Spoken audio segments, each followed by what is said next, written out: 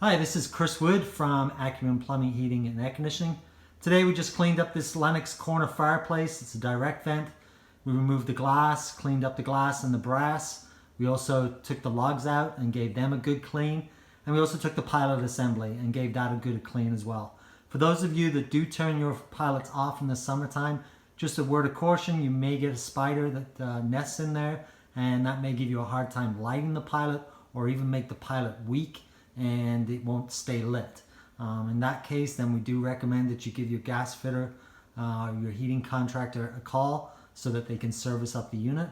And a couple things of note with this unit right here, it actually comes with a remote.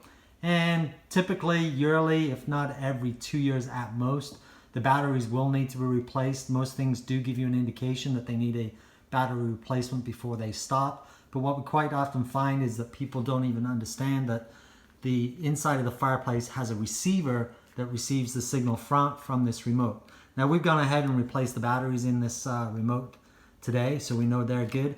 And I'll show you just on this example, the actual control is behind the fireplace and pulls out quite easily. There it is right there. And you'll see it's got the off remote and on position. Right now it's currently in the off. We're going to flip it to the remote position. It does have a battery low light, and that wasn't even lit when we got here. And the batteries needed to be replaced because it had gone that far already. Turn it to the on position would obviously just turn the flames on. The other location, quite commonly we find the remotes for most fireplaces, especially those that are inserted into an old wood fireplace opening, would be underneath. And in this case here, you'll see it's no room for it, but quite often you'll actually see it mounted down there as well. Other thing, obviously once you've lit your pilot, you've got your pilot lit, remember to turn the valve to the on position. We get a couple of calls a year on that as well. And then obviously once you're ready is to fire it up and let it go and see that beautiful flame. And there we go.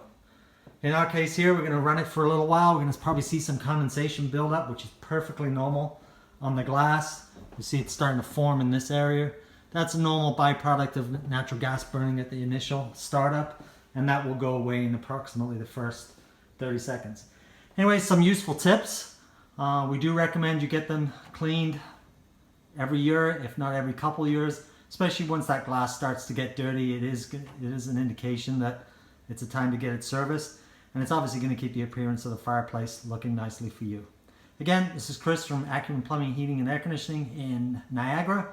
If you ever need us, give us a call, 289-397-0717.